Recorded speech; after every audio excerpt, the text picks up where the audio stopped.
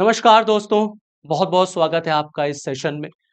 No India as a secular country, हम सब जानते हैं भारत एक सेकुलर कंट्री। हमारे कॉन्स्टिट्यूशन में भी इंडिया को सेकुलर कंट्री कहा गया है। प्रियम्बल में सेकुलरिज्म वर्ड देखने को मिलता है, जिसको हिंदी में पंथ निरपेक्ष कहा जाता है।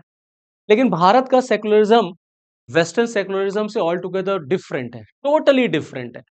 अगर हम वेस्टर्न सेकुलरिज्म की बात करें तो वहां पर सेकुलरिज्म का मतलब होता है clear cut demarcation, clear cut separation between the state and the religion. No intermixing.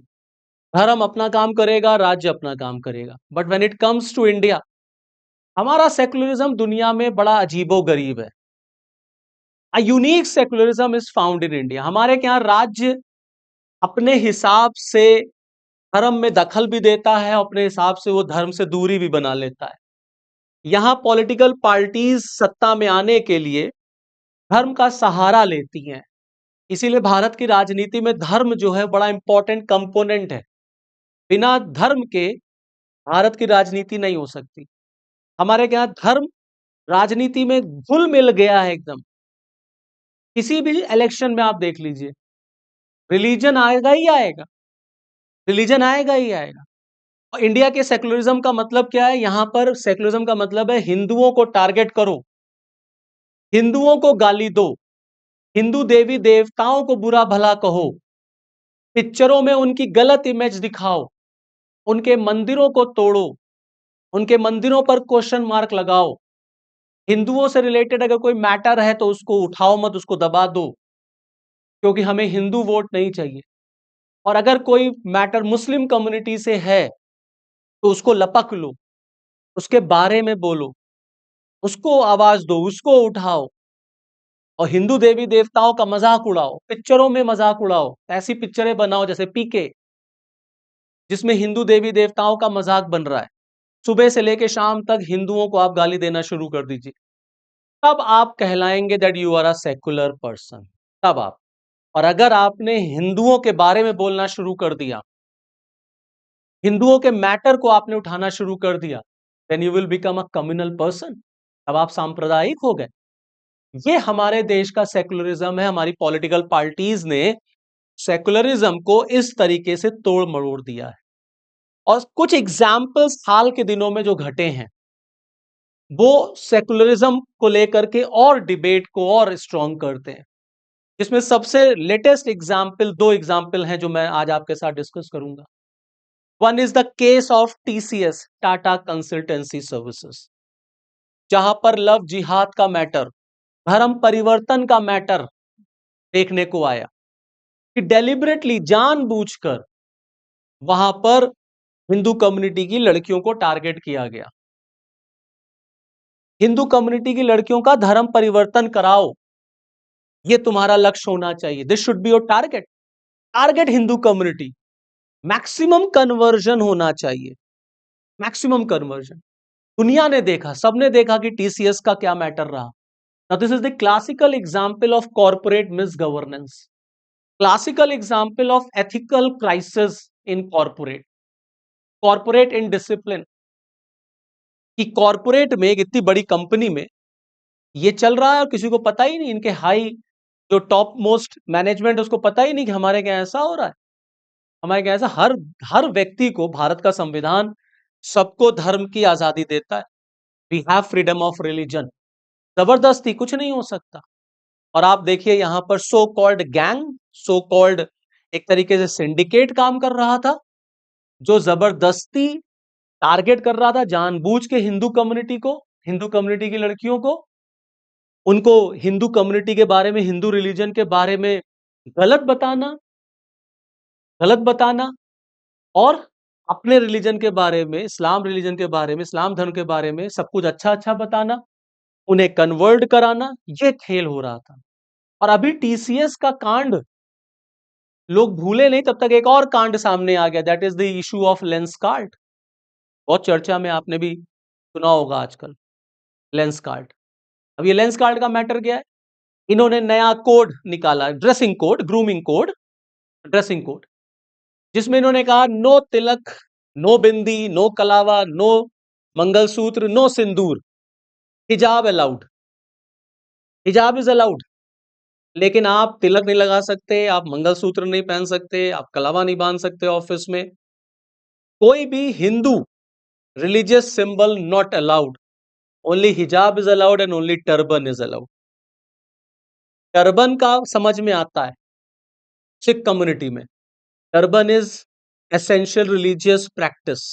हर धर्म में कुछ एसेंशियल रिलीजियस प्रैक्टिसेस होती हैं that you have to perform, क्योंकि जब तक आप वो एसेंशियल रिलीजियस प्रैक्टिस परफॉर्म नहीं करेंगे, वो धर्म की आइडेंटिटी जो है, वो धर्म जो है, वो बेकार हो जाएगा। जैसे इस्लाम धर्म में नमाज पढ़ना is the essential religious practice of Islam धर्म। यज्ञ करना, हवन करना is the essential religious practice of Hindu धर्म। इसीलिए सिख धर्म में देखिए 5 के जो होते हैं, उन्हें अपने पास रखना, उसको प्रैक्टिस करना, ये सिख कम्युनिटी का एक एसेंशियल रिलीजियस प्रैक्टिस है। तो आपने टर्बन तो अलाउ कर दिया, आपने हिजाब भी अलाउ कर दिया, और लेकिन आपने जो हिंदू कम्युनिटी के जो सिंबल्स है उसको आपने अलाउ नहीं किया। जैसे देखिए इनका कोड क्या कहता है। अब इनका कोड कहता है hijab is allowed, hijab should be like this, not should be like this. Okay, turban is allowed, लेकिन bindi not allowed, bindi not allowed, kalava not allowed, ring not allowed. देखिए, if wearing hijab turban it should be black in colour. अगर hijab और turban आप पहन रहे हैं तो काले रंग का होना चाहिए। The hijab should be of medium chest coverage and must not cover the logo. Chest coverage तक होना चाहिए, लोगो को ढक ना रहा हो। Coloured stone ring not allowed, bindi clutcher is not allowed, religious thread not allowed. Religious thread का मतलब क्या? Kalava not allowed. No, what does it show? ये दिखाता है कि आप कैसे सेकुलरिज्म के नाम पर फेक सेकुलरिज्म को प्रमोट कर रहे हैं। आपके लिए हिंदू धर्म या हिंदू के रिलीजियस सिंबल्स जो हैं वो इतने मीनिंगलेस हैं कि आप उनको कोई इंपॉर्टेंस नहीं देते, कोई इंपॉर्टेंस नहीं, और आपके मन में इस बात का कोई डर भी नहीं है that any government action will be taken against me, या लोग प्रोटेस्ट करेंगे या लोग विरोध करेंगे। आपने इसीलिए एक धर्म के सिंबल्स को अलाउ कर दिया। ठीक है, हिजाब पहन सकते, क्योंकि आपको पता है ना कि अगर हमने इसके ऊपर एक्शन ले लिया तो सर तन से जुदा हो जाएगा। लेकिन यहां पर अगर हमने कुछ कर दिया, कौन पूछने वाला? ना पब्लिक प्रोटेस्ट करेगी, ना गवर्नमेंट प्रोटेस्ट करेगी, ना गवर्नमेंट कुछ कहेगी, बल्कि गवर्नमेंट तो इसको कैश करेगी, कहेगी वेरी गुड, बहुत बढ़िया काम किया तुमने, and you will be awarded for this. लेकिन अब इसको लेकर के इशू क्रिएट हो गया, लोग प्रोटेस्ट करने शुरू कर दिए, लोगों ने विरोध करना शुरू किया, तो लेंसकार्ट की तरफ से माफीनामा आ गया। अब जब ये चीज, ये जब इनका ग्रूमिंग कोड नया आया, ड्रेस कोड, तो इसने बैकफायर कर दिया। हैशटैग बाइकॉट लेंसकार्ट ट्रेंड करने लग गया, तो इनको लगा अरे ये तो इकोनॉमिकल लॉस हो जाएगा हमारा, क्योंकि बैकलैश हो गया। बैकफायर कर दिया इसने। बैकलैश, जैसे ही बैकलैश हुआ वैसे ही लेंसकार्ट ने अपोलॉजी कर ली, अपोलॉजी मान ली, आई अपोलोजाइज। लेंसकार्ट ने तुरंत, और कहा नहीं नहीं हमसे गलती हो गई, एंड वी रिस्पेक्ट और रिलीजियस सिंबल्स, हम सभी रिलीजियस सिंबल्स, सभी धर्मों का हम सम्मान करते हैं। तो ये तो कहा ही जाएगा, जब विरोध प्रदर्शन शुरू हो जाएगा तो आप क्या कहेंगे? इसके अलावा और क्या कहेंगे? कोई है आपके पास? बट आपने दिखा दिया कि आप कितने बड़े फेक सेकुलरिज्म के प्रमोटर हैं। आप कितने बड़े फेक सेकुलरिज्म के प्रमोटर हैं। आपने बस एक ग्रूमिंग पॉलिसी के नाम पर एक बार फरमान जारी किया, फिर आपने माफीनामा दे दिया कि नहीं ठीक है, बिंदी तिलक वगैरह सब अलाउड रहेगा क्योंकि हम सभी धर्मों का सम्मान करते हैं, कुछ मिसकम्युनिकेशन हो गया था। बट तीर तो निकल चुका, सबको पता चल गया है कि आपका मन क्या है, आप क्या करना चाहते थे। आप ये दिखाना चाह रहे थे कि हिंदू कम्युनिटी के जो सिंबल्स हैं, हिंदू कम्युनिटी जो है उसके अगेंस्ट अगर आप रहेंगे, बोलेंगे, तो सोसाइटी में आपको ज्यादा पूछा जाएगा, आपको ज्यादा पूछा जाएगा, इसीलिए आपने हिजाब को अलाउ कर दिया। अब जैसे मैंने आपको बताया कि हर रिलीजन में कोई एसेंशियल रिलीजियस प्रैक्टिस होती है। अभी हिजाब is the essential part of Islam धर्म और not, this is under the question mark, this is under question mark, क्योंकि ये मैटर जो है ये अंडर सुप्रीम कोर्ट है। अभी इस मैटर पर चीफ जस्टिस ऑफ इंडिया के सामने ये मैटर, उनकी बेंच को इसको सुनना है। क्योंकि ये जो हिजाब आया था, हिजाब इज आवर राइट, ये कर्नाटका में एक बड़ा फेमस इंसिडेंट हुआ था, जहां कुछ लड़कियां स्कूल जाने से उन्होंने मना कर दिया क्योंकि स्कूल में क्लासरूम के अंदर हिजाब को अलाउ नहीं किया गया। ये हम सब जानते हैं कि स्कूल में एक यूनिफॉर्म होती है। यूनिफॉर्म का पर्पस क्या होता है? टू मेंटेन यूनिफॉर्मिटी क्लास में, ताकि कोई छात्र उसमें गोरा नहीं, काला नहीं, अमीर नहीं, गरीब नहीं, हिंदू नहीं, मुस्लिम नहीं, सब एक जैसे दिखें, इसलिए यूनिफॉर्म रखा जाता है। कुछ लड़कियों ने हिजाब पहनने की परमिशन मांग ली, हिजाब पहन के वो क्लास में गई। स्कूल मैनेजमेंट ने मना कर दिया, कहा क्लास में हिजाब नहीं। अब लड़कियों ने विरोध करना शुरू कर दिया, यहां तक ये मैटर पाकिस्तान तक चला गया था, वहां की मीडिया ने इसको कैश किया था। और जिन लड़कियों ने हिजाब का मैटर उठाया था, उन्हें टाइटल दिया गया, शेरनी वगैरह कहा गया था। अब ये मैटर वहां से निकलता हुआ कर्नाटका हाईकोर्ट तक चला गया। कर्नाटका हाईकोर्ट में कहा गया कि हिजाब पहनना एसेंशियल पार्ट है हमारा, हमारे रिलीजन का।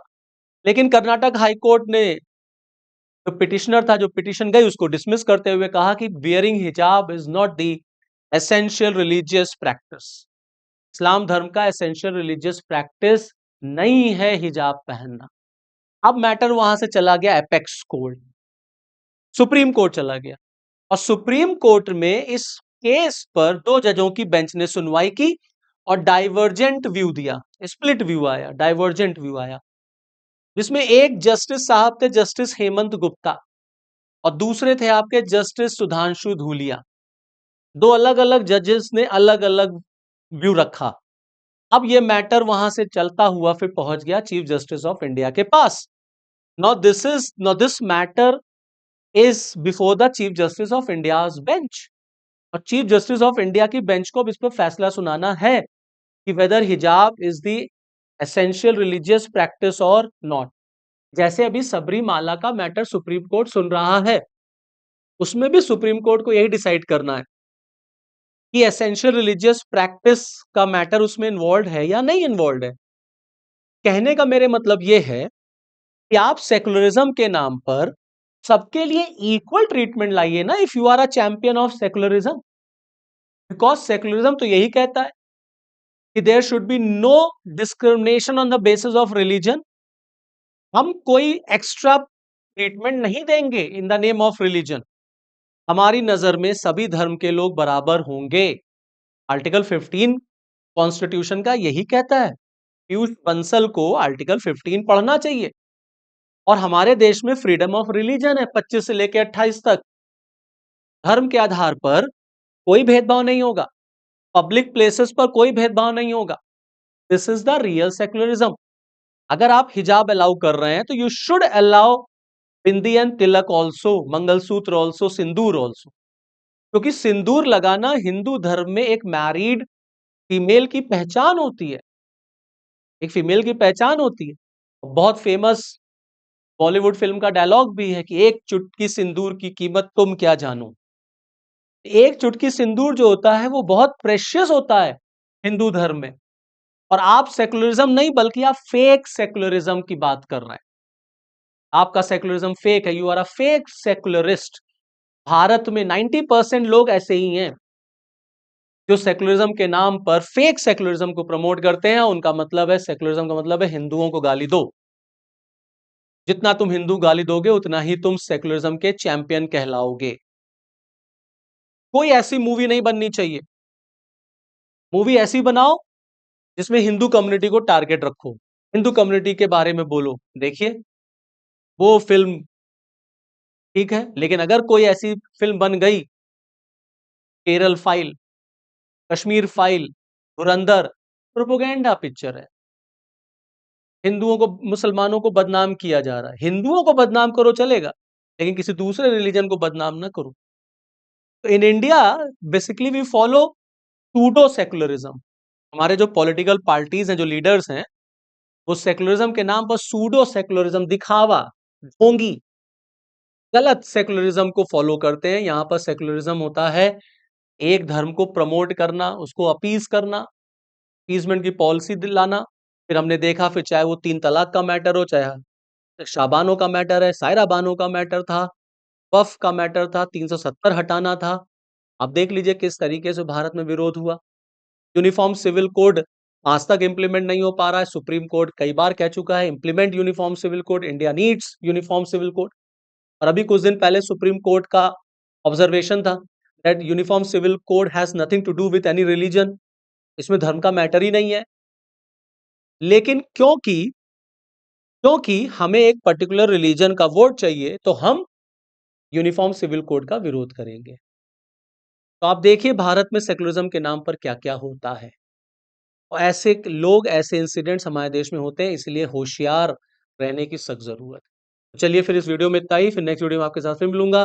तब तक के लिए जय हिंद।